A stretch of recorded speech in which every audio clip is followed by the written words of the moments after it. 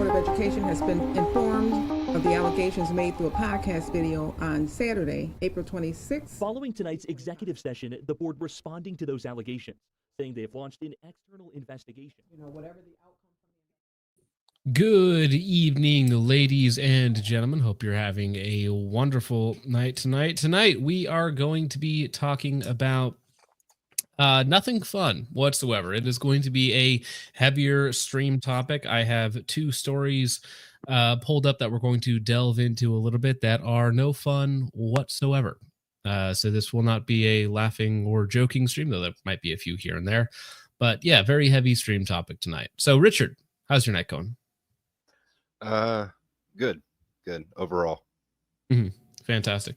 You sent me a couple links in the private chat. Did you want me to post those in the YouTube chat for everybody? If you would like to, just wanted everybody to be aware. I'm not sure if you can tie them together and I think post as a single pinned link. But if throughout the night, if you or anyone you know has had any experiences in the Buffalo school system, please contact takethehighroad@gmail.com. That's HY. And send as much detail as you can. And if anyone feels like they would like to help support the cause, the link that they have shared around was for the Buffalo Justice Center, and that will be in chat as well. So okay, so that is actually, I was able to fit all of that in one message in the chat, so that is pinned in the live chat. Before we move on to the actual topic, Dank, how's your evening going? Or the real John, I should say. Oh, pretty good. I just ran around like crazy cleaning up the background so it wasn't a complete mess before stream. Doing good. I'm just starting off on a weekend that's going to be about 9 days, so pretty happy about that. Yeah, awesome, man. Fantastic. And Hawkeye is currently driving right now, but he has some other information that will probably be useful to this conversation, but I think he's still driving at the moment. Yeah, I'll be home in about 20 minutes. It's just rain right now, so I'm having all the fun. Okay, yeah, not a problem. Well, we will, yeah, absolutely. We will kind of get into this. So a little bit of background is this kicked off about a week ago on the, why is this not pulled up? Oh, there it is. On the Unsubscribed podcast, where I believe Richard Vi, the gentleman on the right, that is also known as Angry Cops. He is a active duty drill sergeant in the National Guard, and he's also a police officer as well in the Special Victims Unit in Buffalo, if I'm not mistaken.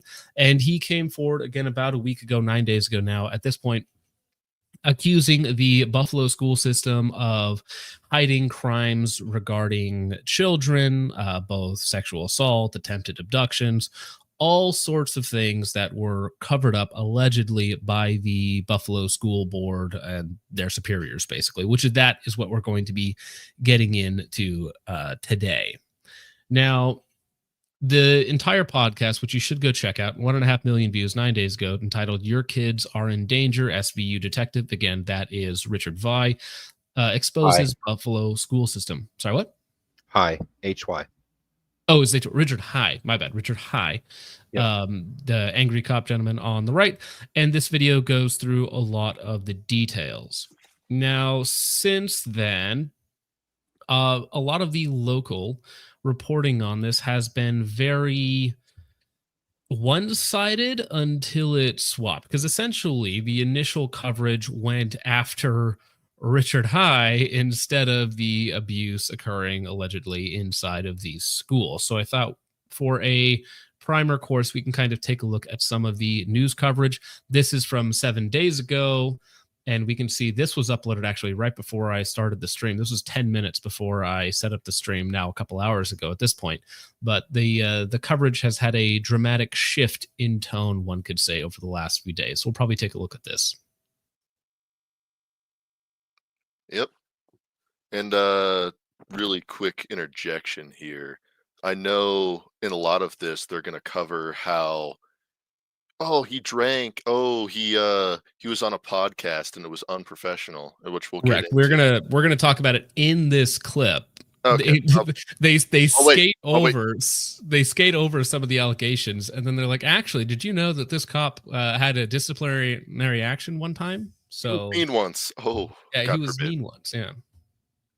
Victims Unit. In this podcast, Richard High accuses the Buffalo School District of obstructing investigations into allegations of child abuse and sexual assaults among students. Those accusations are now going viral on that YouTube podcast and also our WKBW Facebook page, where more than 200 of you have left comments on the story. Detective High spoke with 7 News senior reporter Maki Becker Saturday night, and tonight I'm breaking down more of that conversation along with what the school district is saying. This is real, and this can affect my life, but it's at the moment where it's one of those things where you got to do the right thing or not. Buffalo Police Detective Richard High opening up in a recent podcast that's already nearing 500,000 views. He's accusing Buffalo Public Schools of obstructing child abuse and sexual assault investigations. Schools are mandated reporters, and that is one of the reasons why I went on my friend's podcast to talk about the issue with specifically the Buffalo school system and their intentional lack in support of our investigations into students at the schools. High sat down with senior reporter Maki Becker Saturday to explain why he's speaking out. The schools and their administration and the legal representatives for that administration are intentionally killing cases, preventing information from going to detectives in the assistant district attorney's office, and even destroying evidence and ignoring subpoenas. High also described a case where So those are very, very heavy allegations that Hawkeye has some sort of inside info on this stuff, which we'll talk about a little later. But actively covering up assaults and even a attempted abduction, which we'll get into, absolutely insane. I believe it was 2 abductions. No, I believe what they're talking about is an abduction of 2 kids at the same time. Correct. Okay, Right. I knew they were. And that's the way that I understood it as well. But the whole thing is wild to me because it seems to me that this can only end bad for the school covering stuff up, especially an alleged abduction attempt. Which I don't even know how much we need to say alleged because the guy is in custody and there is video of him attempting to do it. So I don't even know if we need to use that term. a student was sexually assaulted near a school pool. Unfortunately, that case did not get reported. If I'm not mistaken, it was the principal of the school who, quote unquote, did their own investigation and then deemed that the girl was a liar and then wrote a scathing report. But a district spokesperson denied the claims, calling them unfortunate and untrue, and vowing to vigorously address these untruths. In a Facebook post, Superintendent Dr. Tanja Williams-Knight shared she will be taking a break from social media. That's never a good sign. So I'll read out this post in full from Tanya Williams-Knight. Good morning, Facebook friends and family. It is with great sadness that I am sharing that I will be taking a break from social media and will close my pages. Many of you know that I have worked my entire life to uplift, support, and help every single student, staff, parent, and community partner who I've had the benefit of working with. I love our children, all of them, and our BPS family, always have and always will. I have used my social media accounts to inform all about the great work in our district while sharing a few personal and happy tidbits about my life. And some know that I, like all others, have gone through sad and challenging times of loss, which I openly shared. So in recent years, it has been a pleasure to share happier events. Unfortunately, at this time, there are completely false distractions against my staff, the district, and myself taking place by people who I do not even know. So I am taking all my accounts offline, and you will not be able to speak to me or accuse me of things anymore. Please and thank you. I do like how they threw in the, hey, you guys know I've had some hard times in my life recently. Anyways, I am not responding to the to the allegations of misdeeds. Yeah, by my hard times. I'm not reporting sexual assaults. Like, that's not a very good defense. Yeah, Tim Mooney says taking a break equals dodging the shitstorm. Yes, it's like I need to take a break for my mental health. So I will take a 2-week vacation. See you guys later. Yeah. This specific episode was something that was really weighing on my conscience. I say it even in the episode that a week prior, I'd started getting counseling because of it. The police union president told 7 News High's podcast shows his passion for the job and that he has the union's support. But High, who also runs the Angry Cops page, has made headlines numerous times in the past. In February, Investigative Post reported that the attorney... Nice of them to plug his merch. So they show his account where he's being all like angry, and that's the meme of Angry Cops. Detective High was repeatedly discourteous and unprofessional. The state's attorney general investigates police officers with a history of misconduct complaints. The city's Angry Cop is one of 2 Buffalo officers cited by the AG for an unacceptable pattern of behavior. So it's like they're pulling water for the people hiding abuse. What? I don't know how is this relevant? Please, how is this relevant? What? When has the media ever protected? You're full of it. Yeah, Even that's if the that story. Even if that was all true, a fat bastard. Yeah. No, he said fat boy, not fat bastard. Fat boy. So Okay. even more innocent. But even if all of that were true, if it's a credible story, if he's a credible whistleblower that comes with evidence, even whatever his past being rude to people on the street is, it doesn't take away from the fact that there are potentially kids getting harmed. Correct. It's like, and especially when there's video evidence of some of the things that he's alleging, right? When it comes to the cover up of the child abduction, stuff like that. It's like, hey, did you know this guy had a bad report card when he was in 6th grade on his math class that he failed? It's like, I don't care. It's not particularly relevant to the conversation we're having. I mean, but I guess it works to smear the uninitiated viewer. So odd thing to throw in here. That actually, what's funny is this is the only investigation that the Post actually did towards any of the claims was they just investigated Richard High, to pull up bad things that he had done in the past or something. And I'm using bad things in quotation marks. Getting written up for calling a perp fat is, of all the things a police officer could do, it is one of the tamer. I just want to say, gather the goons for $4.95. That is a great sticker. Oh, is that what it is? Yes. Where is it? Right there. Yeah. Oh, that one. Okay. That's Lincoln. Mm-hmm. With an eye patch. That's funny.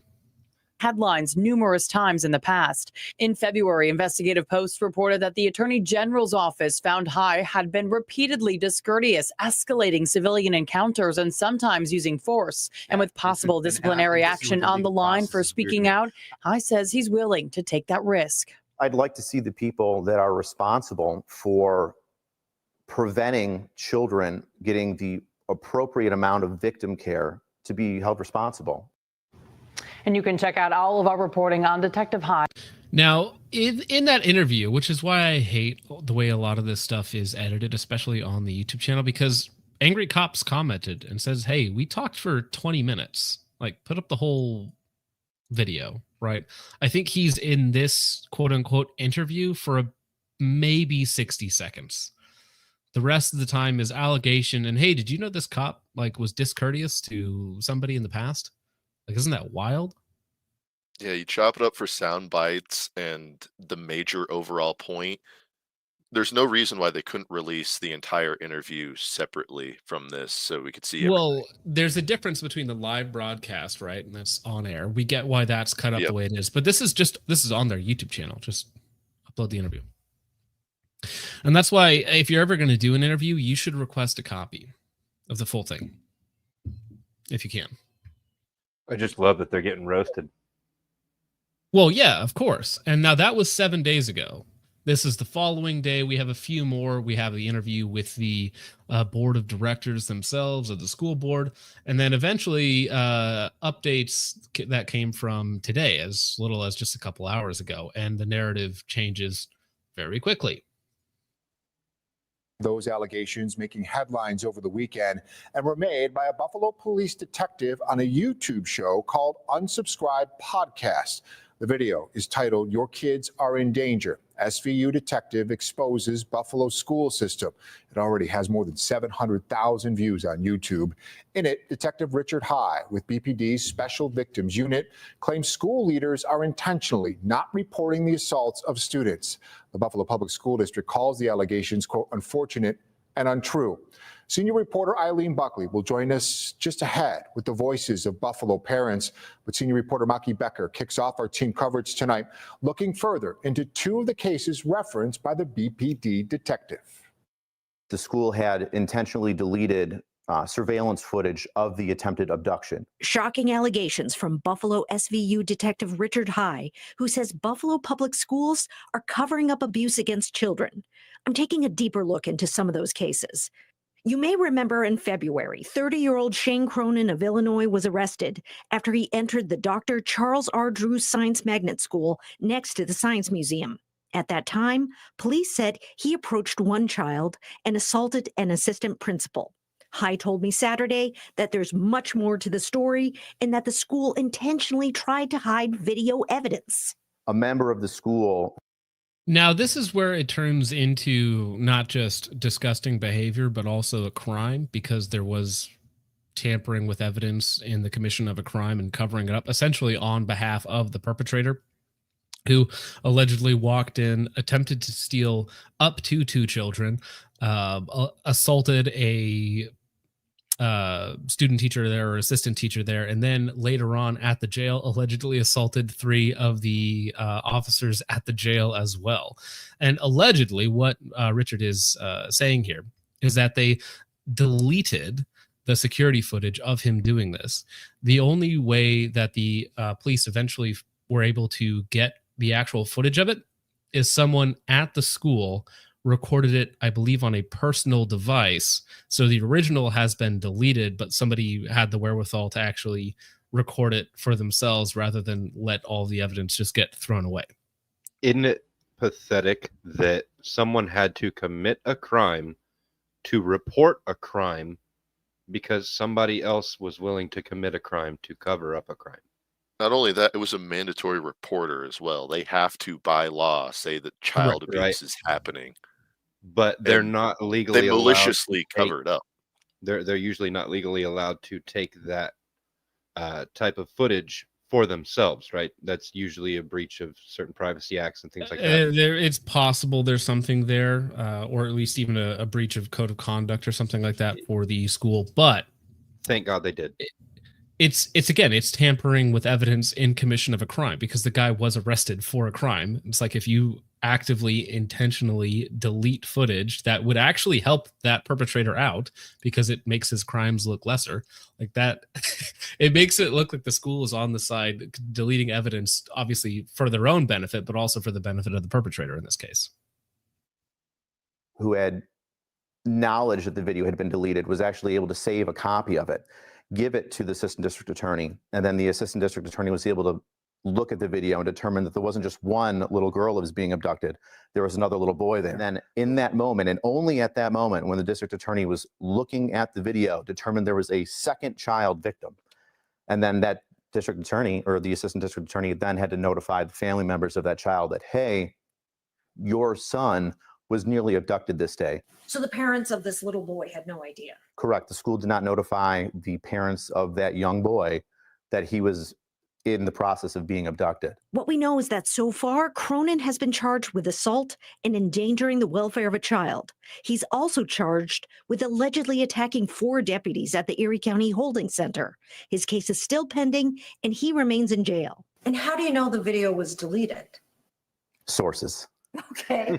Detective High also talked about a second case from October involving a girl who went to her high school counselor to say that her father had been beating her. High says that the counselor did not report that to the authorities, even when the girl came back again with a video.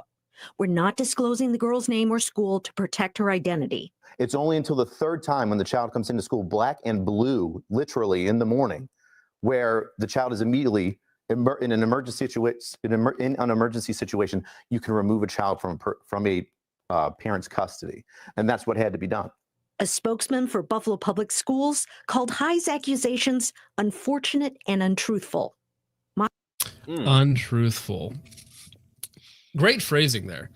So the deletion of the tapes is wild, right? Especially as they're a mandatory reporter, they have to do all this stuff. But imagine being the parent and getting notified 3 months later that, hey, your child, a couple months ago, there was this guy who came in, like, tried to steal them or something. Like, I wouldn't worry about it, though. And don't worry about it. We deleted That's in the past. The worst part is, remember 3 months ago when your son came home because he had pissed himself at school? Mhm. Yeah, he was almost abducted that day. That's why he urinated Had to go down home, him. Yeah. I mean, so, like, I hate public schools in general, right? So every time I see something like this, it's just like confirmation bias. Like, yep, my kids are never going to public school. Like, these people are psychotic. Homeschooling, there are so many available programs now with the internet. There's, especially if you're in a semi-rural area, there's absolutely no reason to send your kids to public school anymore. Keep your children away from those freaks. Protect children at all costs. It's that simple. There's plenty of different private ones in homeschooling. It's And I mean, what? So a few board members can keep their job? Like, disgusting. The one on the right, far right, looks particularly happy to be there. Well, we'll let them speak for themselves. You say today that everything that was said by Officer Hyde is in fact not true. Well, we now want to turn to the latest in the fallout from that bombshell interview with a Buffalo police officer, and it alleges that Buffalo public school officials have covered up instances of sexual and... That's not true. I was homeschooled, and people really enjoy hanging out with me, or so I'm told. Yup. Take that back. Child abuse. Well, the district's board addressed these allegations for the first time tonight after a lengthy private meeting. 2 on Your Side's Andy Payton was there tonight, and he has more details. Scott and Mary Alice, we're coming to you tonight inside the hallways of City Hall because, well, it's where we spent most of ours. As BPS officials spent the evening discussing these allegations inside an executive session. Tonight, the Buffalo Board of Education staying behind closed doors, spending almost 3 hours discussing the shocking cover-up allegations made over the weekend. The Buffalo school system has been intentionally not reporting the assaults of students. Buffalo police officer Richard High blowing the whistle in a tell-all interview on the Unsubscribed podcast, outlining specific cases where he claims BPS officials and attorneys allegedly obstructed evidence and ignored subpoenas and court orders to cover up child abuse and sexual abuse within the district. They're failing to do the right thing for one reason or another, and some of them are bad. The Buffalo Board of Education has been informed of the allegations made through a podcast video on Saturday, April 26th. Following tonight's executive session, the board responding to those allegations, saying they have launched an external investigation. You know, whatever the outcome from the investigation is will be shared with the public. It comes just 24 hours after the district originally called these allegations untruths.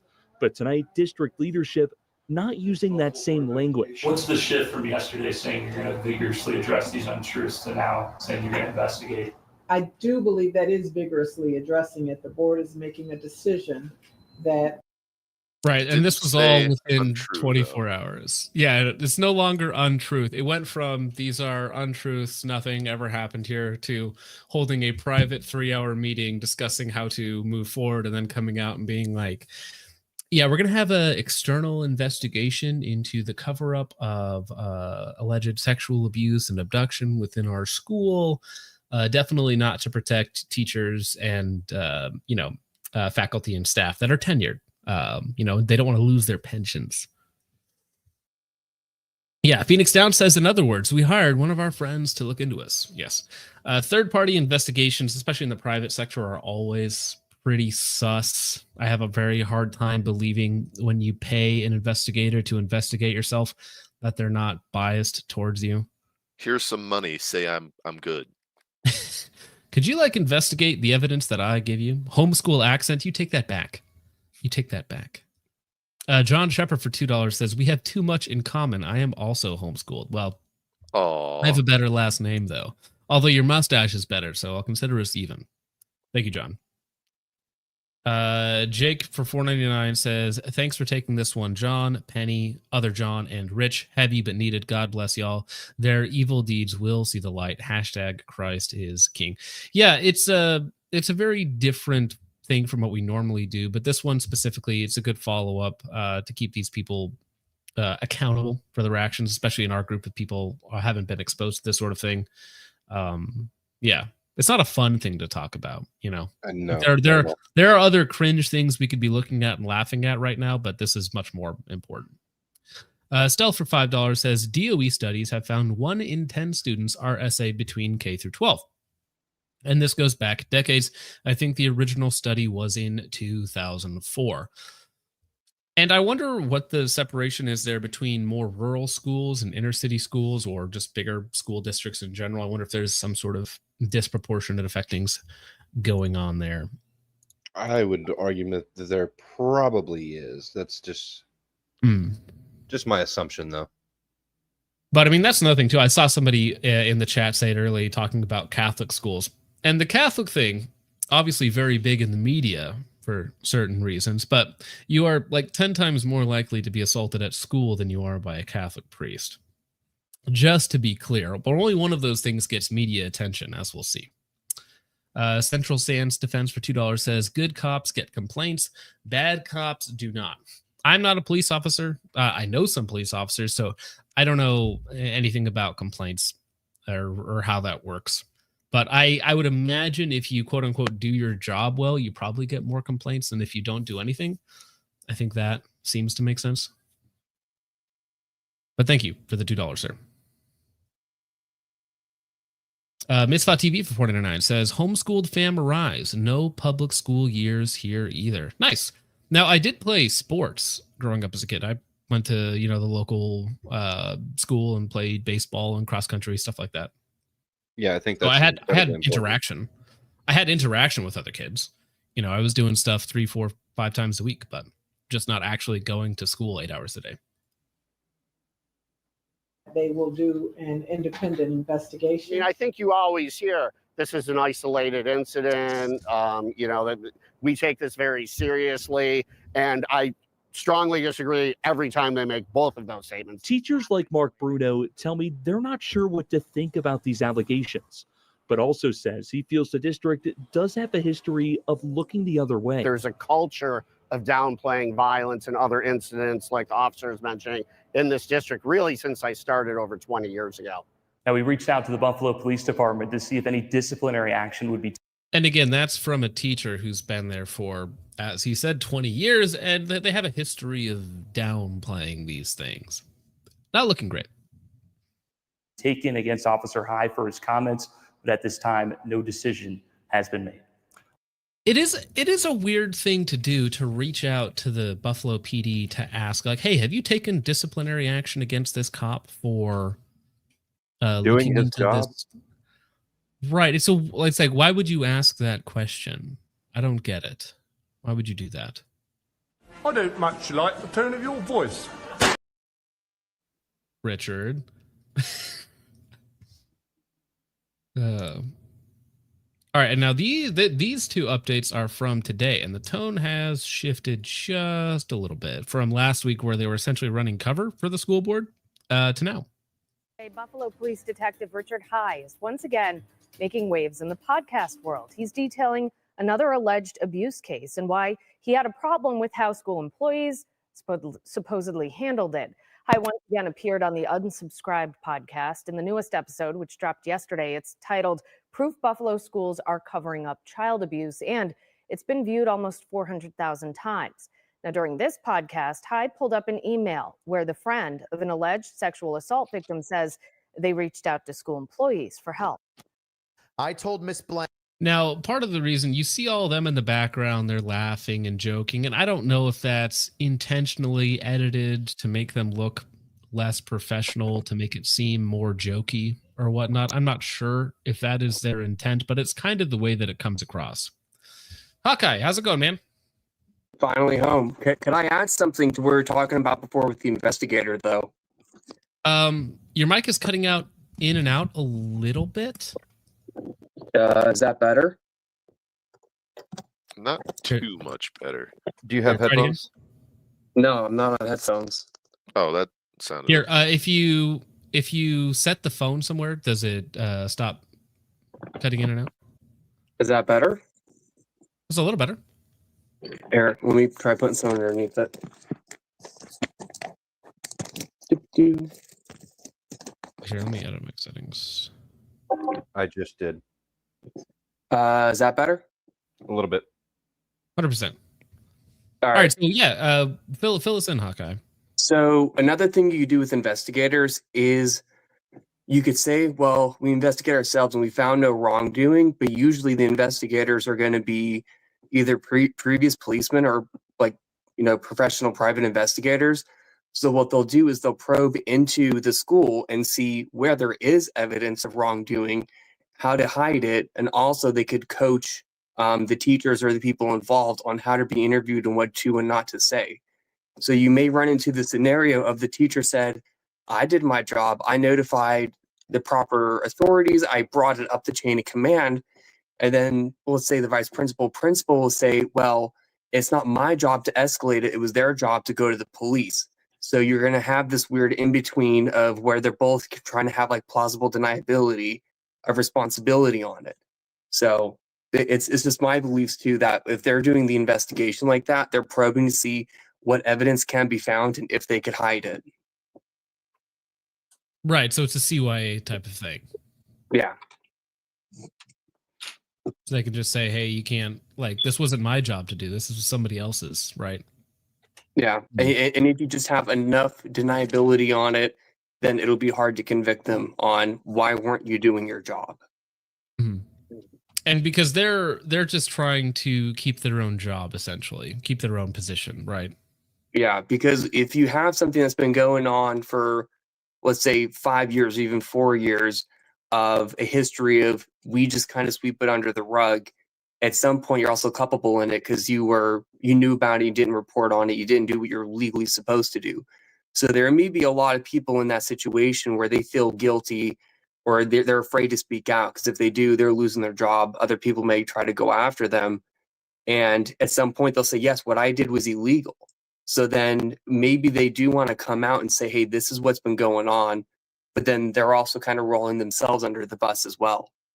And so like if you just do it one time and you don't report, or if you know and you know people are letting things slide, then it's harder and harder in the future for you to want to feel compelled to tell, because you'll also be getting in trouble possibly as well. Well, right, because it's kind of like rolling the stone up the hill, and the further up you go, like the worse it gets, basically, right? Yeah. Yeah, just kicking the can down the road, hoping you're not the last one with it, you know? Right. It's a hot potato, but with, hot potato, but with child endangerment and not reporting. It's been viewed almost 400,000 times. Now, during this podcast, Hyde pulled up an email where the friend of an alleged sexual assault victim says they reached out to school employees for help. I told Miss Blank today the victim came late to a different teacher's class because she got raped in the auditorium. Miss Blank asked, is there any proof? Which is not what you ask a child when they're reporting this. What a strange opening sentence after a student tells you they've been assaulted. Like, can you prove this? Is there any proof? Do you have video of this? Not like who, what, where, when, how, stuff like that. The victim's friend stated, yes, there is a video. Miss Blank asked, who was the boy? I said suspect, and she said, okay. She said she would handle it tomorrow. Hyde says multiple teachers were made aware of that situation over several days before Buffalo police were even notified. It was determined that no assault took place in this case, but Hyde says This note was never given to him during the investigation. High also said it's an example of the district burying evidence and failing to report a potential crime. Now, we have reached out to Buffalo Public Schools for a response to High's latest claims, and we will update you once we hear back. That is not a tomorrow thing. That is a right now. Every single time, that's a right now. Let's deal with this right now. Not 12 hours. Yeah. Not Well, where it right, should prove because- it to be like, oh, let me call the cops. Let me call a school resource officer. That was above your pay grade. You shouldn't be asking questions. You should be like, all right, cool. I'll get someone else to handle this. Well, right. You got to take that to the right person right away, basically, whether that's a resource officer, somebody in charge, call the cops, whatever it might be. But again, what they're saying is, hey, we'll handle this tomorrow. So like 24 hours goes by until they internally start to handle it. And then allegedly several days later, the police are notified. So this whole thing takes way too long, as I don't know, who knows what they're doing with the evidence in that time frame, right?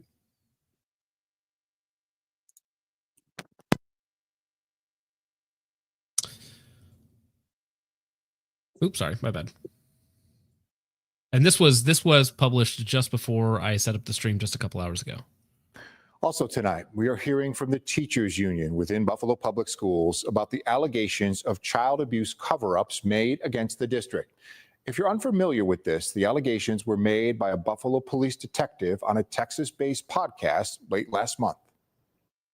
The Buffalo school system has been intentionally not reporting the assaults of student between student, and then has also used the Buffalo Police Department's school resource officers to write reports and then had their influence over those officers to then close the reports.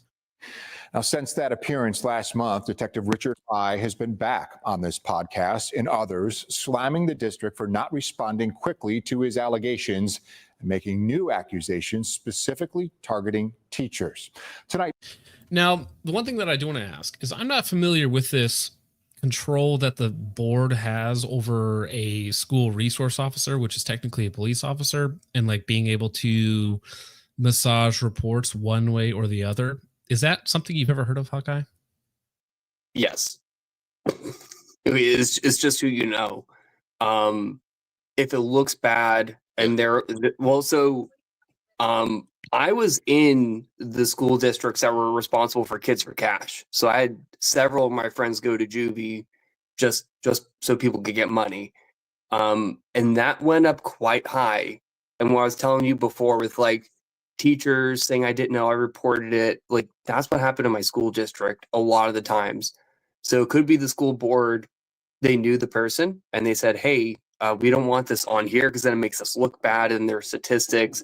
I think it was today or yesterday, Angry Cops came out with the video when he was like, hey, or Fat Electrician was talking about like the amount of times the police had to get called on that school and the ambulances and the police. So they already had a fairly high track record of incidents being called. So it wouldn't surprise me at all if the school board is telling people like, hey, bury this or change it, you know?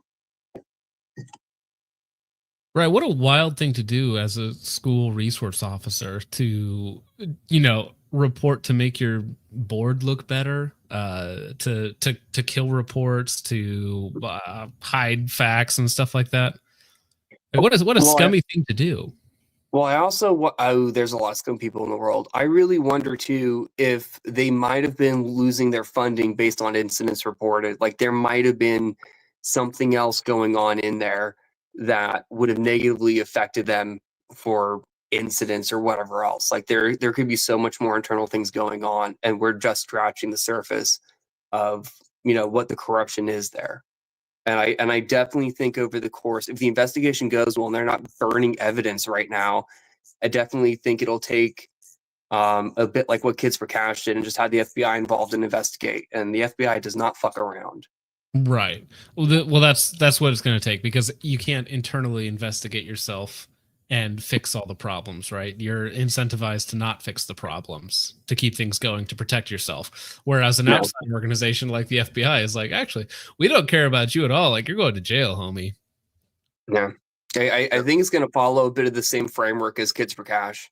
That's just my gut feeling looking at how high up that went. It wasn't like a teacher didn't report one incident. It seems like there's like a massive history of suppressing these things, which is a lot of what happened in my school district there. Mm-hmm. 7 News senior reporter Eileen Buckley has reaction from the leader of the Buffalo Teachers Federation to this latest round of allegations made by the police detective. Anytime some accusation of child abuse surfaces, I think it should surprise anybody. Buffalo Teachers Federation President Rich Nigro met with me Monday after Sorry, Rich what? Buffalo Teachers Federation President Rich Nigro met with me Monday after Buffalo Police Detective Richard High made more disturbing accusations of child abuse against the city school district. Something like this surfaces, any kind of allegation or accusation, then that's something that we do take seriously. Detective High appeared again on the Unsubscribed podcast, where a week ago he came forward accusing Buffalo schools of covering up cases of child abuse and sexual abuse. Now High says an alleged student rape was mishandled by multiple teachers. Miss Blank asked, is there any proof? Which is not what you ask a child when they're reporting this. The victim's friend stated, yes, there is a video. The end result of this investigation, thank God, was that it was determined not to be an assault. We ironed everything out. Anybody who's working in a school, if it's a teacher, an administrator, a teacher assistant, if you're working with children in the Buffalo Public Schools or in that capacity anywhere, you're a mandated reporter. On another podcast called Black Rifle Coffee Podcast, High described how some teachers and teacher aides use school bathrooms for so-called timeout rooms. The Buffalo Public School will put children in the bathroom and turn off the lights and then put their foot against the door so the kid can't get out. This sort of thing to paint everybody with that very broad brush. What a wild punishment. You're going in the no-no box, and we're going to lock you in there, turn off the lights, like solitary confinement, but for children. That's just That definitely won't develop as trauma later on. Zero trauma from that at all. Right. Well, it has to cancel out, right? The trauma from not getting your assault reported or getting abducted and then them not reporting it with the black box experience, right? So hopefully, I think they're just guessing that it's all just going to cancel out or something like that. But yeah, again, remember, this is your tax dollars at work. Somebody commented earlier, you don't hate your government enough. Yeah, my tax dollars go to teachers' unions executing CIA torture methods on students. Right, yeah. I learned this one in Gitmo. Yeah, oh my gosh, the Stanford Elementary School experiment. There you go. Thank you, Tiger. I doubt there's any kids that ever watch this, but if that ever happens, if you ever get locked into a bathroom, the pipes that hold up the toilet, or the pipes that feed the toilet, that thing comes out very easily and will just flood the place. Cause a ton of damage. But yeah, I mean, the point here is that allegedly they're not only covering up abuse and covering up attempted abductions, but they're also committing their own abuse on top of it. So they're hitting all vectors of being terrible people. Absolutely. Is irresponsible and unfair. But Detective High says it is happening. So again, the leader of the Buffalo Teacher Federation is claiming that it is unkind and unfair to paint teachers in this light, to accuse them of things that they've done. Everybody with that very broad brush is irresponsible and unfair. But Detective High says it irresponsible and unfair. Child abuse and covering up child abuse. You think he'd be like, damn, thank you for bringing this to light. We're going to investigate it and hold these people responsible. If there's anything, there's just allegations, but we'll fully vet them out and see what we find. You think he'd be in support of, not fucking child abuse, but I'm silly. But that guy drinks on stream, so he's evil. Right. That guy, they show him like joking and laughing, or he was disrespectful to perpetrators, I think is what they said in the initial coverage or something like that. Right. But that's the thing. It's the normal response should be, okay, I want to get rid of these evil people in my organization so that my organization can continue to do good. Right. But these people are like, stop pointing out my flaws. Stop it right now. You're being not nice. You're saying untruths to me right now, good sir. I find it odd for them to go after him for the drinking thing too, because can you imagine some of the dark stuff that he has to deal with as an SVU detective in New York? Yeah. Yeah. He was talking about it on the podcast, or I don't know which podcast specifically it was on, but it was mentioned that the turnover rate for people who go into SVU is like 2 or 3 years, just because the amount of horrific things that they have to see. Mm-hmm. So he's been doing it for, it sounds, around 2 years. I'm sure he's seen the worst of society. Yeah. So yeah, my buddy did I was about to say my buddy did SVU for almost 2 years, and he's like, the urge not to pull your gun out and shoot them was pretty fucking high, and he's like, I can't do it. Same thing, same exact thing. He's just like, I can't do this. Yeah, I mean, I can think of a more rough job, especially with the crimes that these guys are forced to investigate, or it's their job to do, right? Yeah, you do everything you can trying to protect these children, and then the ones that you're trusting to do the same are causing even more harm. I couldn't imagine. Your job is sifting through the most horrific evidence that people have to sift through. And that's your entire job every day. Well, it's not just his job. If I'm not mistaken, he has at least one, I think maybe 2 kids. So, like, his kids went through the Buffalo school system. Like, this is not just a job for him. This is hitting closer to home. Yeah.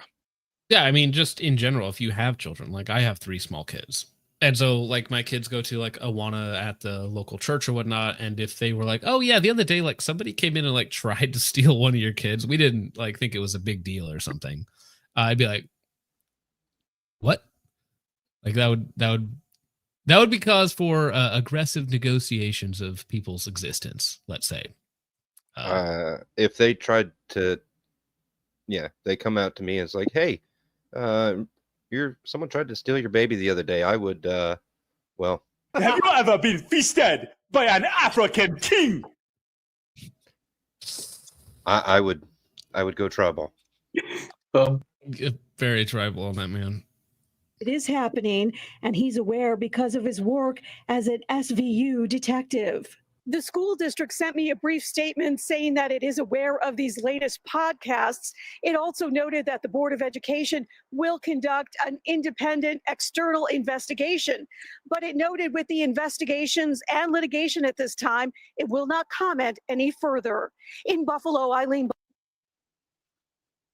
We're aware of the podcasts that have been made about us, and we've went so far as to hire an external investigator to coach us in what we should and should not say to the media. And they've told us to not make any more statements. So we are going to shut up now. Thank you very much. Because the podcasts were the problem, not the initial accusations.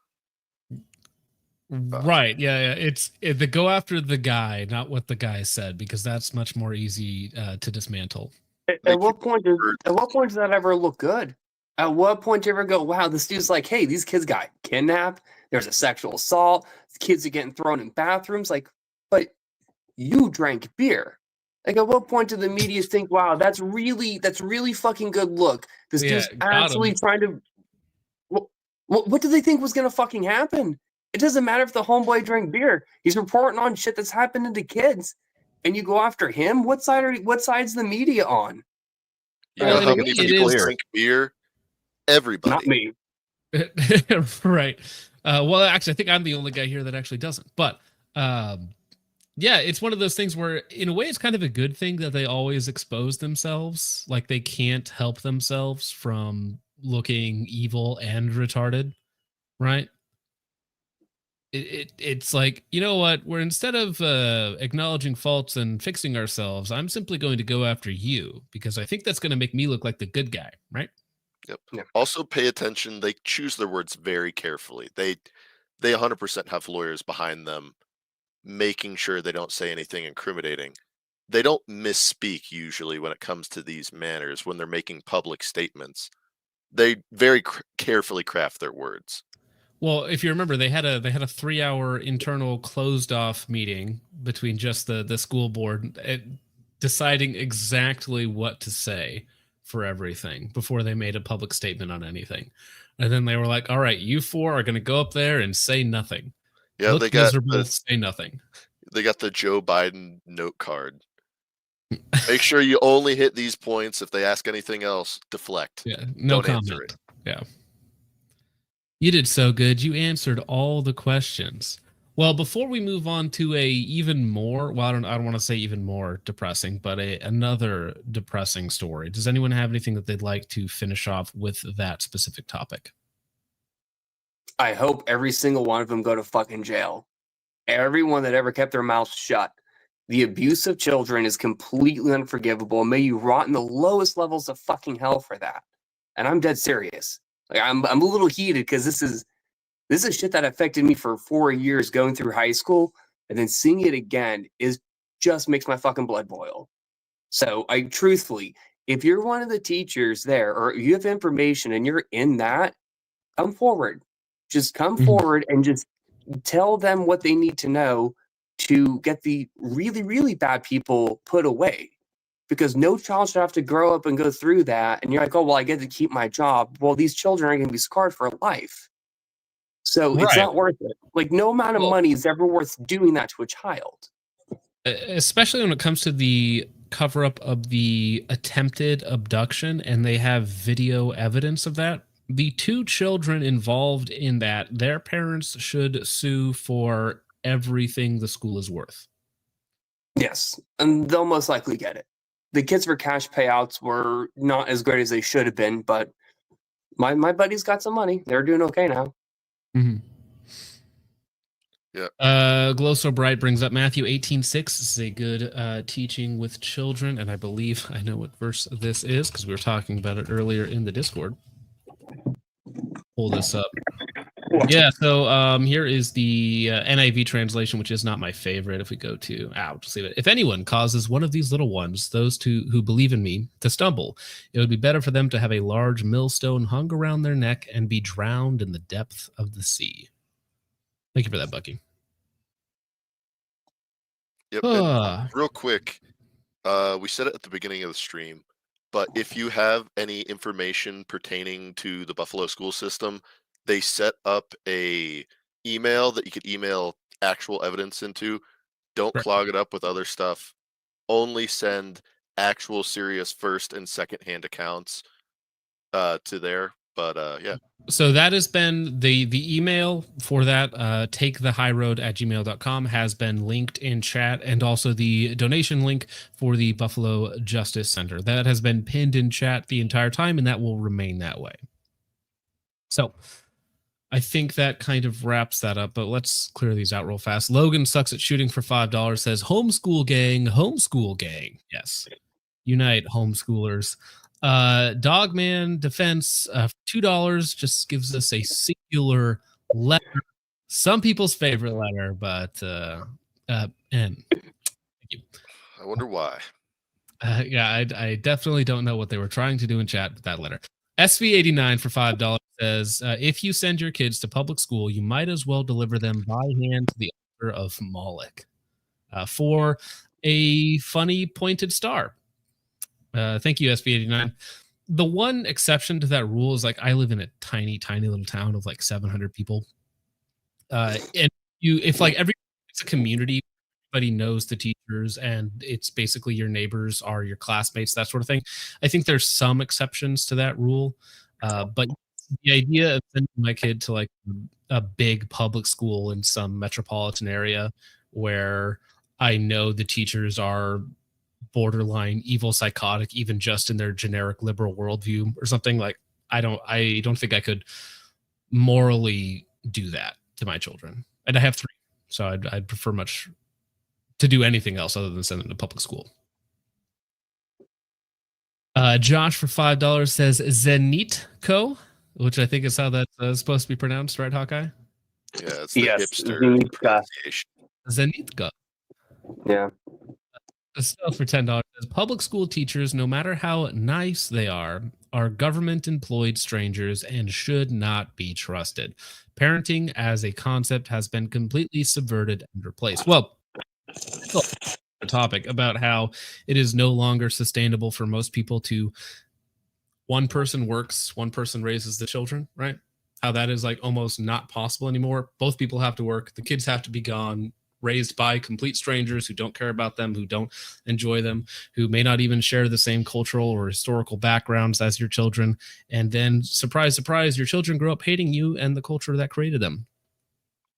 Wild. You don't spend any time with your kids and you don't teach them anything. And then the people that they were socialized by who don't have their best in mind for your kids. It's like, oh, well, how'd that happen? Yeah, it's kind of the same thing with daycares. If you look into some of the abuse that goes on there as well, it's like, surprise, surprise, these people do not have your children's best intentions at heart because they are not the parent. They're minimum wage workers who have to deal with your kids. If right? you want to go down a rabbit hole, look into the inception of daycares and how they became popular in Europe and the United States. It's really eye-opening.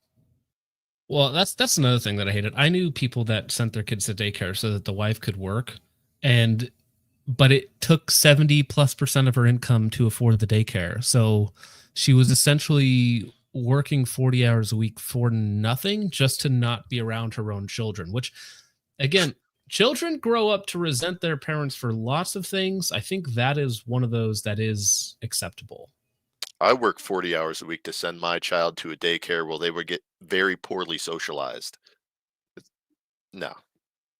Right, by other children who were abandoned by their parents. No. All right. Now, are you guys familiar with this? Oh, go ahead. Go ahead, Richard. Yeah, before we get into that, before we go too much further, I just have one question. Hawkeye, are you part African American, good sir? I'm Spanish, so I am allowed to say spick. Nice. Okay, just wondering. Hey, new I don't think anybody said that before on the channel. So hey, a new one unlocked. Nope. Oh, I'm allowed to. Just wondering because the chat was they were giving you crap earlier because I think there was just some mic feedback, but it really sounded like you need to change your smoke alarm battery. Your smoke detector, yeah. God damn it. Oh, wait, is there? Yeah, there is one. It doesn't beep. I took the battery out because I'm smart. Smarter than the average. Never mind. I didn't replace the battery, so Basketball American. As I was saying, apparently sticking your phone straight down on a laptop wasn't good. I tried using this paper, didn't work too. So I just turned the phone sideways.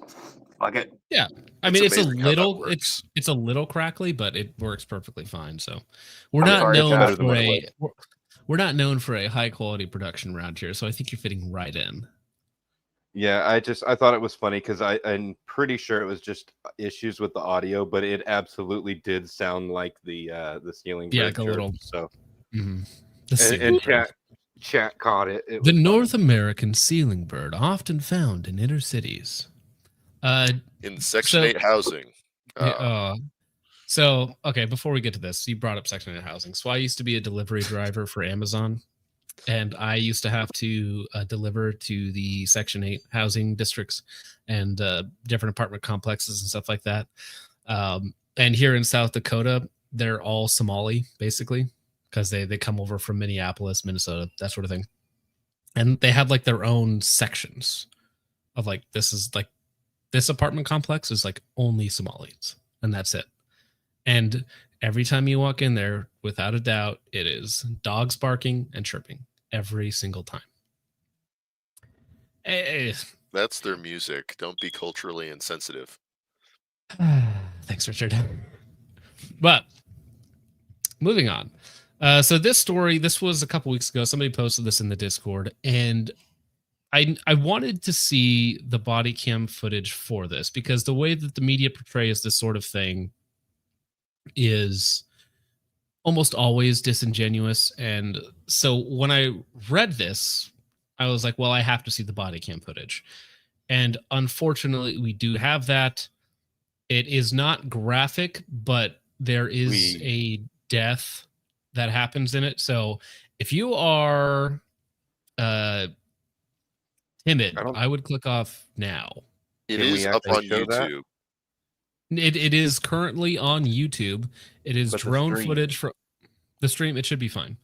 Okay. It's a long ways away. It will almost certainly be demonetized, but for the sake of... Yes. I haven't seen a lot of people talk about this, which is why I wanted to roll this in here with another really heavy topic. The guy died. And I believe, in my personal opinion, that it was not a justified shoot. Nobody else is talking about it. It's a man's life. He had a family, and now he's dead. And I feel like somebody should talk about it, because, he was he's dead for exercising a constitutional right.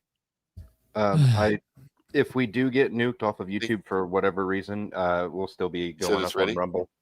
We're on Rumble. I'll drop the link for that in the chat. So, this is the news article. It's deputies shoot man carrying a loaded assault rifle, just means a regular AR, near a busy Brandon intersection. Now, this is Brandon, Florida. Richard, are you familiar with this area? Yes, sir. It's not too far from me, about 2 hours, I'd say. It's Hillsborough County. That's not the best area, but it's there's certainly much worse areas, right?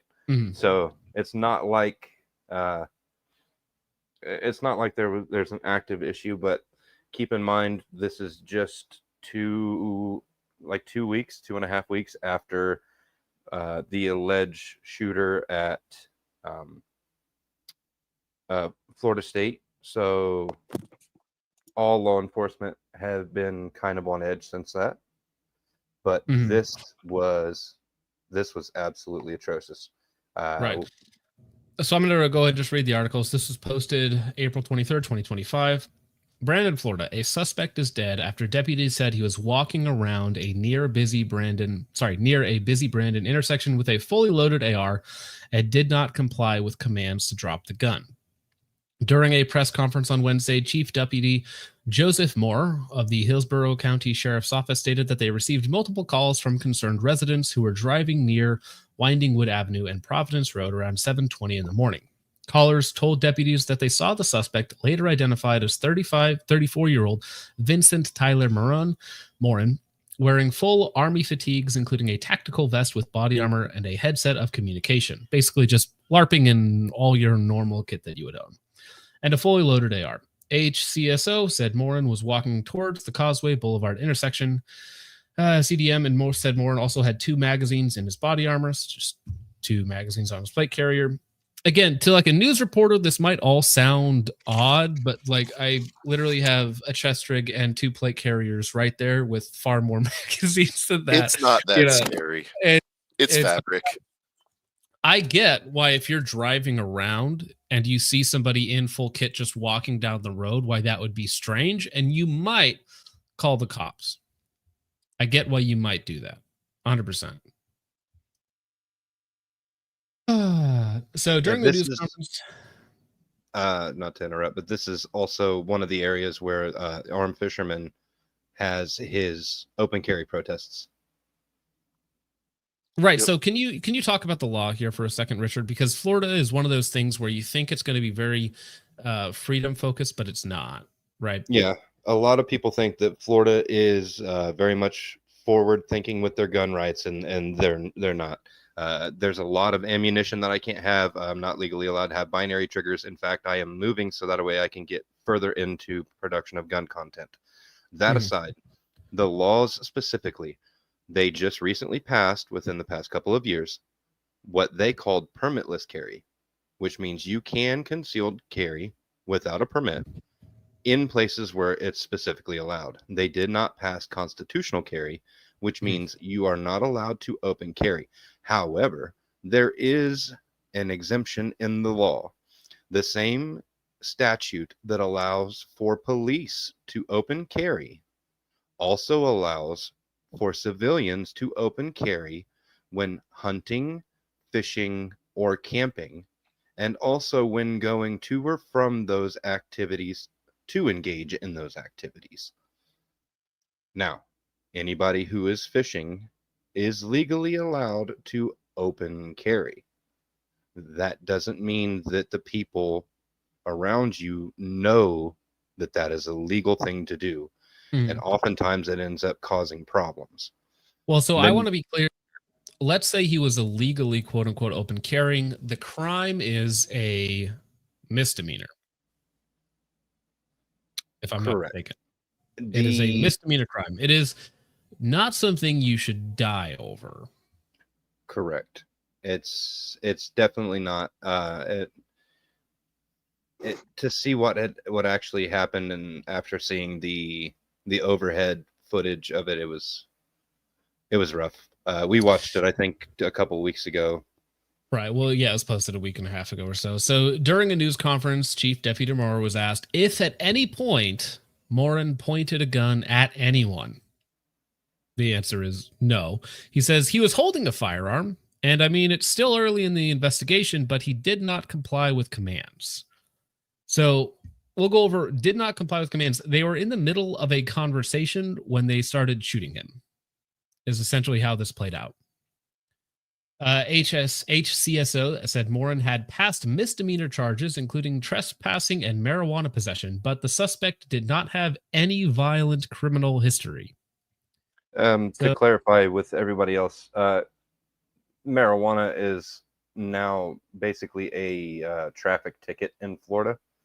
It's not even a punishable offense so much anymore.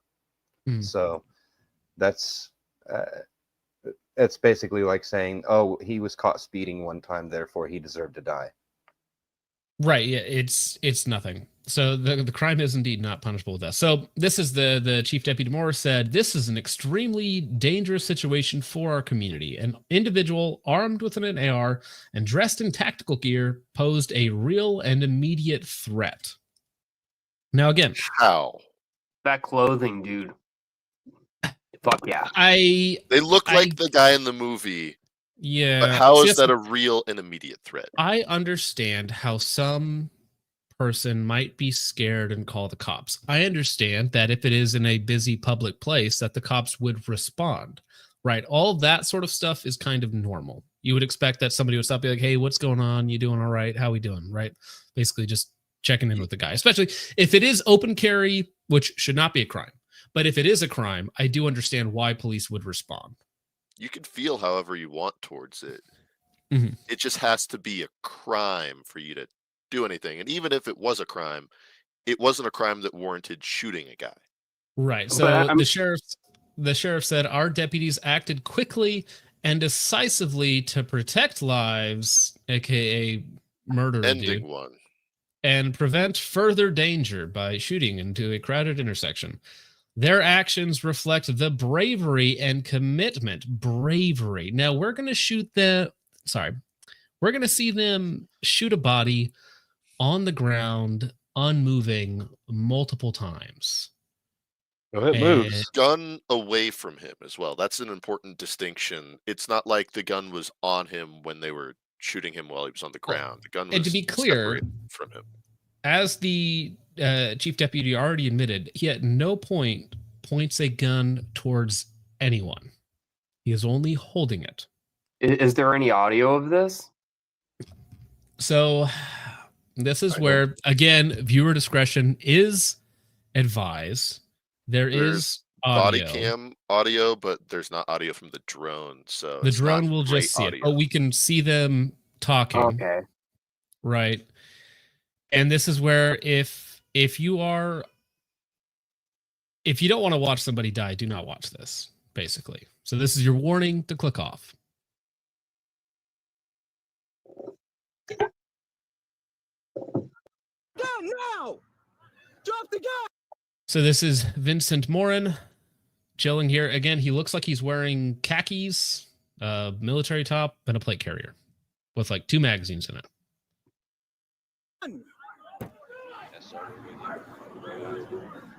Drop the gun! There, the shooting has started.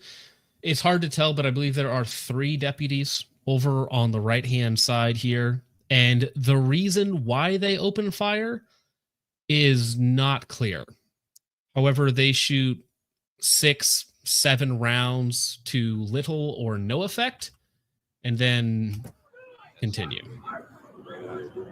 Drop the gun! So actually, I didn't even realize this, but in the drone footage, you can see that this guy fires first. Because if we go frame by frame, you can see his handgun react at the first shot. So for some reason, this guy right here, and if we're getting there, starts to fire. Right there, you can see the gun move and start to fire. No idea why he does that. Vincent has not moved. He is not walking. He is not pointing. He is doing nothing but standing there, and I believe he Rifle is pointed at the ground. correct, just like normal. If somebody was walking around with a rifle for whatever reason, in South Dakota we have constitutional carry, so I don't need a permit or anything to do whatever the heck I want. I've interacted with cops here with rifles stacked in the back of my car. In Colorado, we have no rights at all. Yeah, it's a little different there. But again, this guy, I don't know if he's just scared and he starts to shoot the guy for what looks like, again, we have multiple angles of this, 0 reason. He opens fire, and then, I don't know if it's just groupthink, everybody opens fire. You hear one guy start shooting, you're like, oh, shoot, somebody's shooting. I better start shooting too. So then everybody shoots. Drop the gun! Someone dropped an acorn. I was gonna say that. I thought it was a taser. Talking 12, 13, 14 rounds. He at no point after getting shot, at no point does he attempt to fire back. Does he raise the rifle? Nothing. And the rifle is now separated from his It person. is now separated from his body, and we are going to hear a couple more shots go off. Yeah, they could get fucked. That was an extra half dozen shots after the rifle was on the ground and he was not moving. Yet when Yeah, we so do that, we go to jail. There wouldn't be a question. You would be in jail right now without bail, not on administrative paid leave for 2 weeks. It's pretty much law that security shots in self-defense scenarios are going to get you to go to prison or jail. If somebody's already down, at least as a civilian, you cannot keep on shooting them if they no longer pose a threat. That is how the law is worded. Well, But you for some can't reason- you can't even shoot somebody if they're not a active threat. If they're not a active threat to yourself or someone else. Again, keep in mind we have the footage. Like we have the drone footage, we have their footage. You can see the cop close with the handgun, takes the shot first, then groupthink engages. Everybody just starts shooting for some reason. At no point does the guy ever respond. Does the guy lift his rifle? Does he point the rifle? Does he move towards them? Nothing. They just start shooting. The only time the rifle moves is when it goes to the ground. And I don't know if it's specifically this guy who took the shots first and then started everybody else. But remember, the sheriff is like, these guys are trained in de-escalation, and we bravely engaged the threat. That was a de-escalation, just not the right kind. Yeah, they're approaching. I need MS 1018. I think he's dead, guys.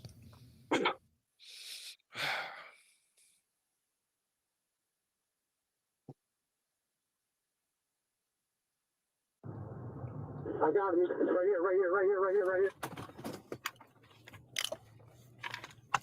Oh no, a dangerous assault rifle. So again, keep in mind that open carry is punishable by a misdemeanor. It's a misdemeanor crime. Okay, it's a misdemeanor crime. If somebody like, there's no reason to start the shooting here. They are engaging with him verbally, right? They are talking back and forth, yelling at him. After a couple seconds of not responding, and I believe he is talking back to them. I don't know exactly what he's saying. They just decide, well, we gave you 15 seconds. Now you're dead.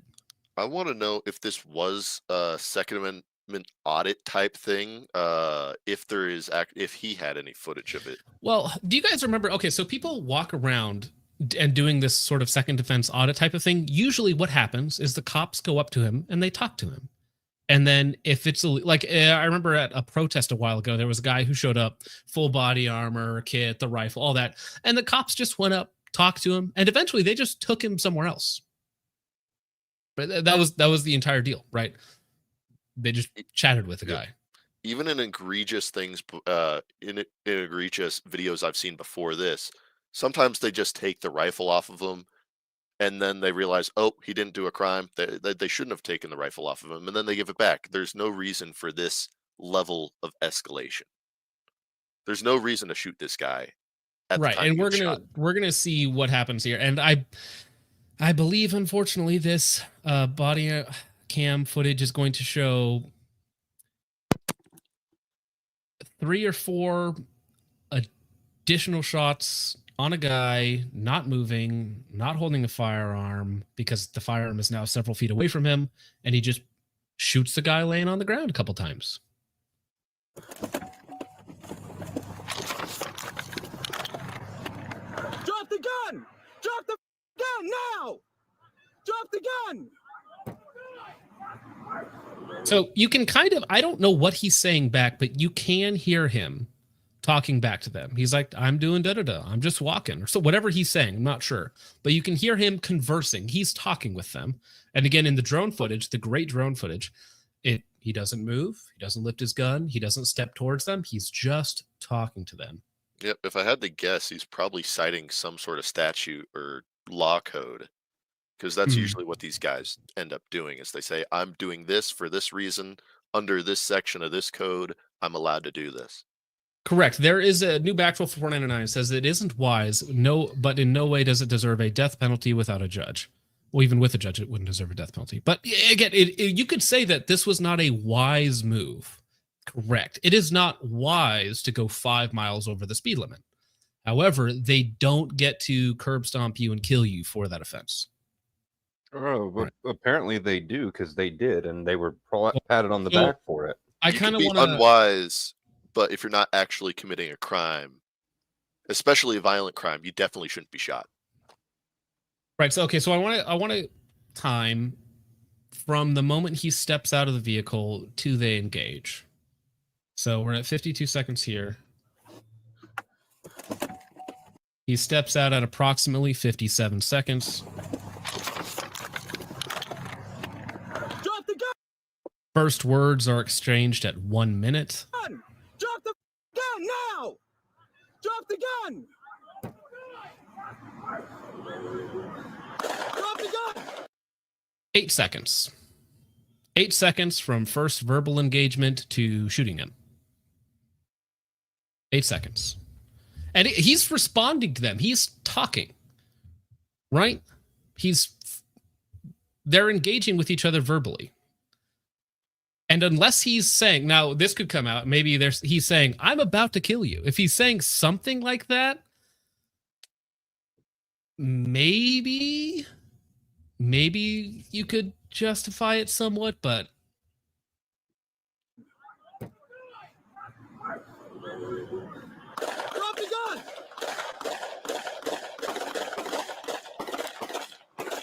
So this guy isn't shooting yet, but the other officer here, and I believe there's another one to his right, is shooting because there are multiple people shooting at this point.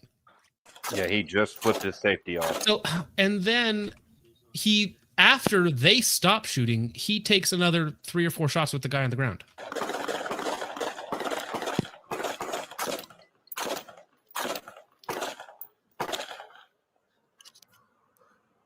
We've got shots fired. Suspect is down. Also, if you guys can tell here, but this is a fence with houses behind it.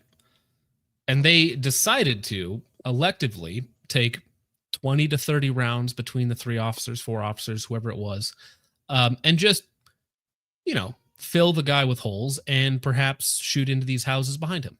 Remember how much they missed as well.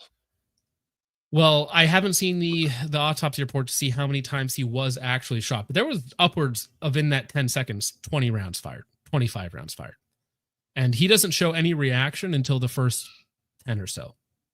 I would not be surprised whatsoever, because remember, this officer up at the front, the older gentleman, initiated the fire with his handgun.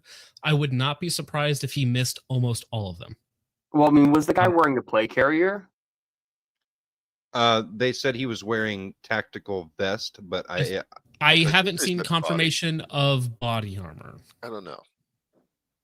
Because that is true. It's possible that body armor absorbed 5, 6, 7, 8 rounds, and then he got killed from shots other places.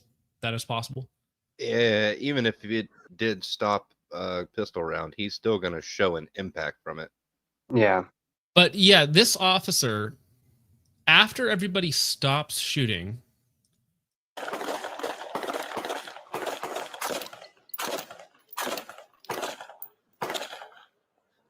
and then the other 2 shots from somebody else, while the guy is down on the ground, separated from his rifle, not moving, putting rounds into a downed opponent execution style. Like, I'm pretty sure that's a war crime.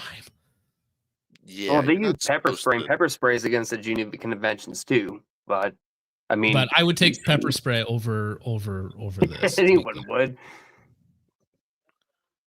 Yeah, he was no longer posing a threat, very obviously at that point. Tusk the Third is being a little he's being confrontational tonight. No. So Tusk earlier, he said something like, have you guys ever been on a 2K or a 2-way range for $55K a year? No, we haven't, but it comes with a incredibly high responsibility.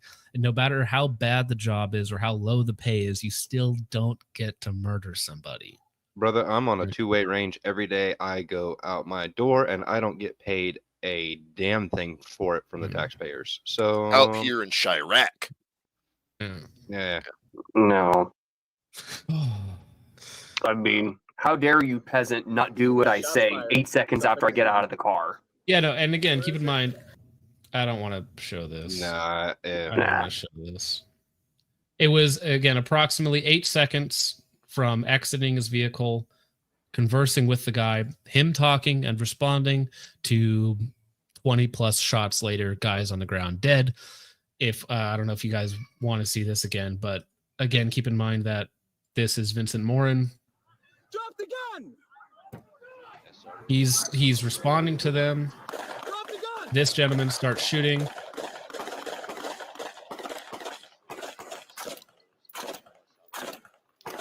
And there you can hear that guy's rifle going off to a downed opponent, not moving, just putting a couple more in for good measure after the threat in quotation marks has been eliminated.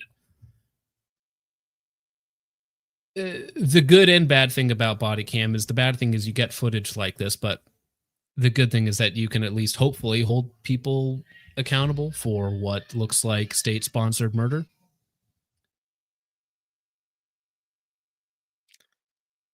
Yeah, just a completely unfortunate and unavoidable situation overall. This all could have been avoided with having a conversation. Not unavoidable. You mean avoidable? Yeah, that's what I meant to say.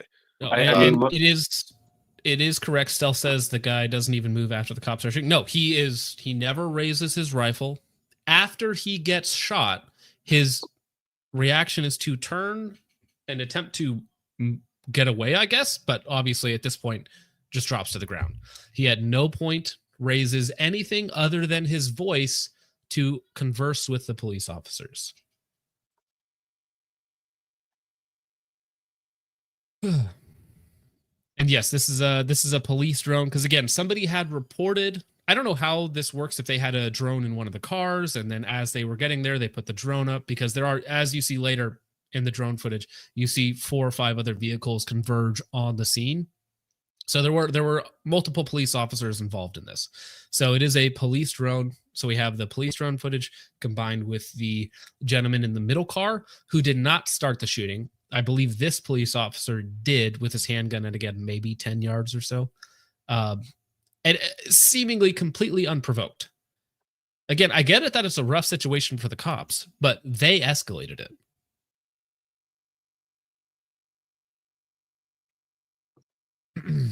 Yeah, just standing there is hardly Sudoku by cops, or seppuku. But yeah.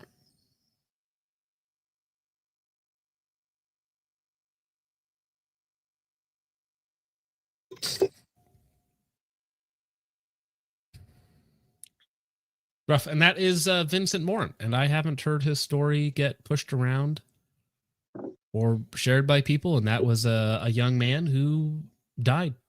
It needs more attention. I'm kind of surprised Donut Operator didn't talk about that. The only place I've seen this is somebody shared it in the Discord. And it's one of those things where, like, listen, I go out to different places and I'm wearing whatever it happens to be. And if a cop ever rolls up, like, I'm just, don't shoot me, okay? We're just talking. Because I go out to public places and shoot, like when I'm out in the grasslands in South Dakota, or I'm other places and I have stuff like I'm not a threat. Relax. Here's what I do. I roll down all the windows. I turn the lights on and stick my hands out the window. And first thing the guy says usually, hey, is there a firearm in the car? I go, yes. Like 3 o'clock in the morning, leaving the bar. The dude's like, is there a gun? He didn't give a fuck if I was drunk or not. He goes, is there a gun in the car? I go, yeah. And then that was it. And then it's just usually nice interactions. He goes, well, if you don't reach for yours, I won't reach for mine. I'm like, duly noted, sir. Well, so actually, I think I told the story on stream a while ago, but I was at the Canton Dark match last month. It was on the 12th. So it's a nighttime match. You have to shoot with either night vision or white light.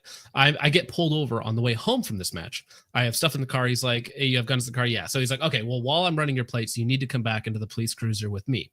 And so I sit down in the police cruiser with him. We're just chatting. It's a canine, so he has his dog in the back. And he's like, you don't have a gun in here with me, do you? And I'm like, yes, I have a Glock 17 in my pants, sir. He's like, oh. Well, just don't reach for it. And I'm like, yes. Should have asked me that before I got in the car, sir. Yeah. Luckily, there were no acorn trees around. Right. Yeah. And I've had to sit in police cruisers multiple times because oftentimes when I get pulled over, I have guns in the car. And so it's apparently their procedure to not leave you alone in the car with the guns. They bring you into their car while they're running the plates or whatnot. And I haven't gotten a ticket here in South Dakota. It's always something like your brake lights are out or your tabs are expired or, something silly like that. I've never gotten a ticket, but I've had to do it like multiple times now. All right. Well, let's get out of here, shall we, gentlemen? So Mitzvah TV for 499 says, biblically, the mother should raise the son until they're about 10. Then they're under the father's full tutelage. That could fix a lot of things. I think there's a natural order to the world. And the further away you get from that, the worse things tend to turn out. I think that's the simplest way to explain it. Unnatural things are unnatural for a reason. Well, and if you look like at the origins of the American school system and how it, looks like other countries' prison systems, stuff like that, the originations of it. So, yeah. Tusk the Third. Prison food. Yeah, you probably had better. Tusk the Third for 199 says, y'all going to let Hawkeye babysit your kid? Well, that's the thing. I wouldn't let anybody babysit my kid unless I knew them. But would I let Hop babysit my kid? Probably not. Be a bad influence. Fresh penis shape for $10. Probably start teaching about AKs. Can't have that. Fresh Peanut Shake for $10 says, you know how you deal with the police? Just give them a firm handshake and thank them for what they do. They have a hard job keeping us safe and they deserve respect. Bootlicker Gims. Now, I agree that police officers have a terribly difficult job. And you can read great stories about police officers saving kids. Somebody's choking to death and they, bring him back, or they apply first aid, or they're the first on scene at a vehicle accident. They get somebody out of a vehicle where they otherwise would have died. You can read all these wonderful stories and they deserve respect for that, for sure. But that appreciation comes with the other side of that coin, is you have to be held accountable for your actions, which in this case, were very bad. Just like anybody else, right? If I make a great video, you say, hey, John, that was a great video. If I make a very bad video, you go, hey, John, that was a bad video. I can't be like, hey, guys, you can't tell me I made a bad video. I made a good video 2 weeks ago. You have to look at every incident standalone. Like, you have to look at everything standalone. You can't compare it to everything. You just gotta. Yeah. God, I'm really fucking that up. But you get what I'm saying. I know what you mean. Words are hard. I'm trying to talk. I'm tired. I don't know. Yeah. Doing a good deed on Monday does not absolve your murder on Wednesday, or whatever it happens to be. Mitzvah TV for 199 says, when the only tool you have is a hammer, everything looks like a nail. Yeah, so that's a bold move. Again, the sheriff saying that they were there to de-escalate the situation. What a bold move. What a bold statement. Nothing there that I saw is what I would consider de-escalation. DM Louise, I know Richard had another clip in mind of the female cop shooting the mirror because she saw her reflection in the mirror. Have you guys seen that clip? I haven't. It's two police officers going through a dark house. They have their flashlights on. And the lady shines her light at a mirror and then shoots the mirror. The lady police officer does. We should cover it real How come quick. that doesn't surprise me? And then the other guy's like, shots fired. And then they're like, confused what's going on. And then the lady's like, oh, I shot myself. I shot my reflection in the mirror. And it's like, the jokes write themselves. Yeah, they do. DM Louise for $2 says, all crimes are fatal if you scare cops enough. True. Yikes. I mean, I guess you could escalate a speeding ticket into a death sentence if you really wanted to, but that takes I've seen plenty of those videos. Yeah. Fresh Peanut Shade for $10 says, remember, guys, your only job is to get home. We just want to go home to our families. We just need to be warriors out there. We keep ourselves safe. We keep others safe. Shet Throat Stomper. Yeah. I mean, there's lots of things you could. Was it the court case in California where they determined that police officers do not have a duty to protect you, right? If it comes at their own harm? Supreme Court. Yeah. Right. So, I mean, listen, at its core, protect and serve. Perfect. What a great motto. But unfortunately, it's like protect ourselves and serve our own best interests. Steven for $10 says, watching sped up playback, so a bit late, but we give less qualified people more responsibilities and let them off the hook for bigger mistakes than we citizens could ever make. Absolute insanity. That is true. Okay, if any of us here committed 1/10 of the violence in that video upon somebody who was not an immediate threat, it's like, hey, jail time, no key.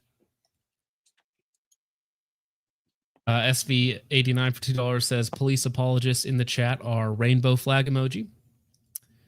Yeah, it's I know police officers. The best man at my wedding is a police officer in Washington State. Like, I know police officers, and if they do a good job, they're great people, fantastic. But at the same time, you got to call out bad ones as well, and bad decisions as well. Carrying a badge doesn't automatically absolve you and make you a good person. No. Chuck, in fact, we would say that it carries additional weight. Like your job is exponentially more difficult because of that responsibility placed upon you. Chuck for $2 says, I feel like Richard gets off Discord/Halo to goon. Gay. Midspot TV for 199 says admin described police work as being a referee. Yeah, admin's a police officer. I don't know what he means by being a referee. Well, he was a correct me if I'm wrong, chat, but admin was a reserve police officer, meaning he dealt with reservation law, and he wasn't. I think he was like a liaison officer, even at that.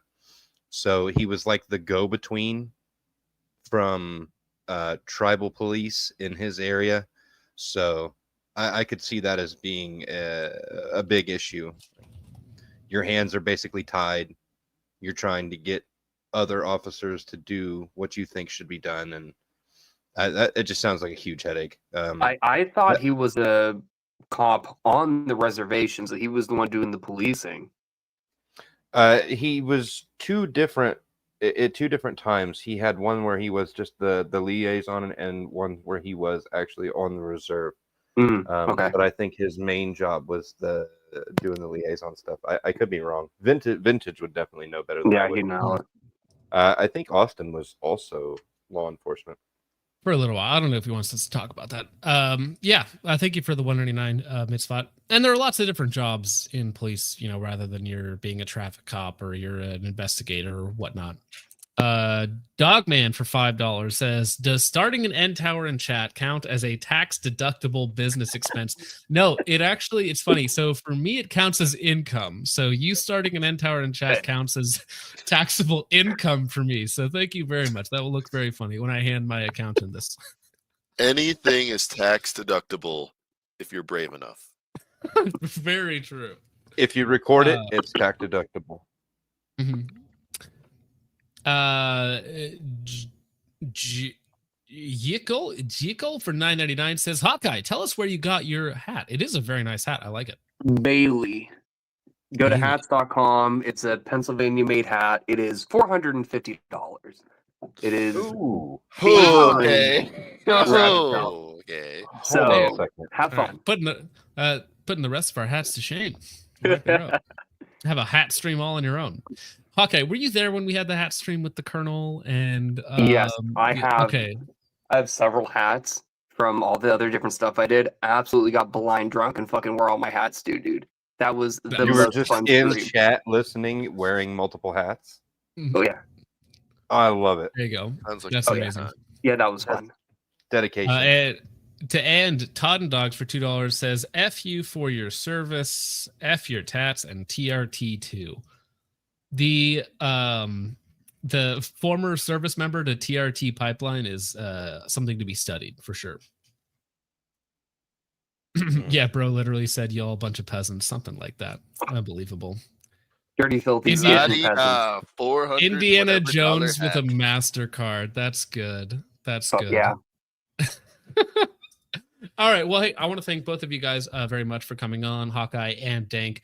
Do you guys have anything you guys want to shout out or announce or talk about before we get out of here? Wish me luck on my vacation. Yeah, have a good 9 days off. That's awesome. Yeah, that'll be fun. Good luck on your vacation. Don't be shitty to kids. Don't be shitty to the elderly. That's it. Just be a good human. Don't shoot a man on the sidewalk either. If you can avoid those two things. Yeah. Try to avoid acorns and cops at all costs. And tax evasion is all right. Just don't avoid the $200 kind of tax evasion. Yeah. If you get pulled over by a female officer, make sure you're wearing your body armor. Well, call 911. Hey, can you send someone else, please? I have a family. I don't know if we have. Well, it's like when you're on tech support and you get an Indian person and you're like, "Hey, can I speak to a white person? Can I speak to not you, please? Can I speak to somebody who speaks English?" It's like, oh, Amazon customer support, and it was an Indian person who answered, and they gave me a white name, and I hung up. I just didn't trust like that, man. Yeah. Just got to call back at a later date and time. Well, so I do have to say, before we get out of here, Hawkeye did send me some AK carbon fiber parts that I have to install. So you guys will get to see something from Hawkeye because you make some cool stuff for parts if you want to shout those out while we're Yeah, I wasn't going to, but sure. I do carbon fiber gas tubes and handguards, buttstocks for the AK. So AK doesn't get hot and it's lightweight. And I do have to say, most of the carbon fiber handguards I felt they're just sharp and they kind of suck. And I watched your video ranking handguards, and because of that, I actually put bevels on the carbon fiber. Doubles the machining time, but it is. I think it's nicer, and it makes more sense for an AK than an AR. That I will agree with you on. But the gas tube takes a quarter pound off the gun. I mean, I was able to mag dump 8 mags through it, and I can still hold on to the gas tube. And then I'm working with a couple other manufacturers right now, so hopefully within the next couple of months, I'll have more of my stuff on the market. But okay. I mean, your favorite thing in the world, John, is AKs and carbon fiber. It is amazing that I now have to combine my two least favorite things is AKs and carbon fiber together. But it should be a good time. So you guys will see that on the channel at some point in the future. Sprinkle a little bit of red anodizing on top. Ooh, that's a good one. So fun fact, my carbon fiber supplier, they do make it in gold. So I was gonna make a gold carbon fiber kit specifically for the Draco. Oh yeah, just for the Draco though. I need a gold furniture kit for my AK. Richard, you got anything before we click off here? I just want to say thanks to everybody for coming in and putting up with our dark topic this evening. I do have one thing that might brighten the mood just a little bit before we go out. If you want to check the private chat, I did pull up. Yep. This is only a female cop clearing a house, blasts her own reflection in a mirror. All right. The jokes write themselves. Mirror, mirror on the wall. I didn't like your opinion at all. You made me look bad. Mirror, mirror on the wall. Back. Who's the worst driver of them all? Ooh. That was very clearly a fucking mirror, dude. Jesus Christ. Did you hear that? It's the mirror, bro. It's a fucking mirror, bro. I turned that way. Bro, her reaction time instantaneous. If I just walked around the corner, she would have blazed me down. You would have gotten smoked. Yeah, she just shot. No positive ID, nothing. Point and shoot at that thing. Damn. You know what, the 9-year-old who woke up at midnight looking for Santa. Oh my god. Oh, it's so dark. Can we put more money into police training, please? That's what this could have been. I mean, to be honest, people were bringing it up earlier in chat. This is why Matt Pranka and other people, trying to at least train police officers to a higher level in terms of what they should do. Maybe isn't such a bad thing. I gotta say this. Sorry, her reaction time. It's so funny. Yeah, because it's like instantaneous. It's so. She should be shooting USPSA or steel matches. She shouldn't be a cop. Seriously. Well, I love how she like trips and falls and like screams as she's shooting.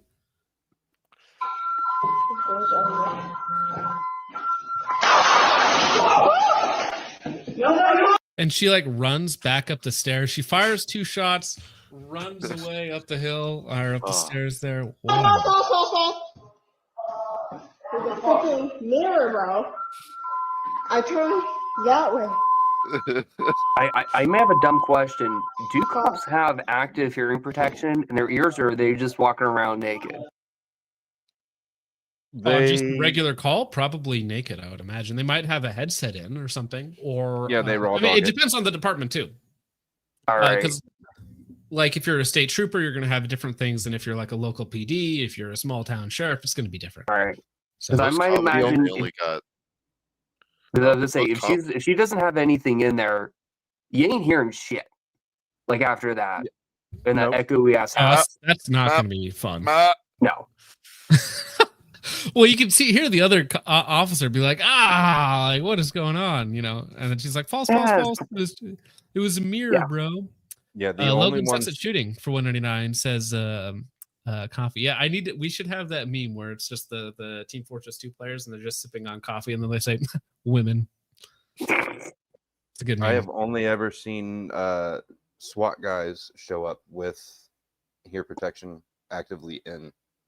Right, that's the only officers I've ever seen roll around with their own ear stuff.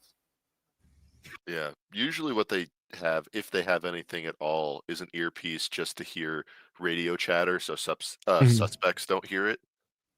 But that's usually all they really got. Women.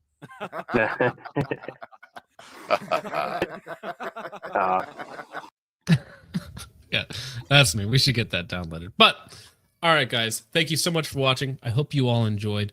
With all that away, thank you so much once again. We will see you in the next one. God bless.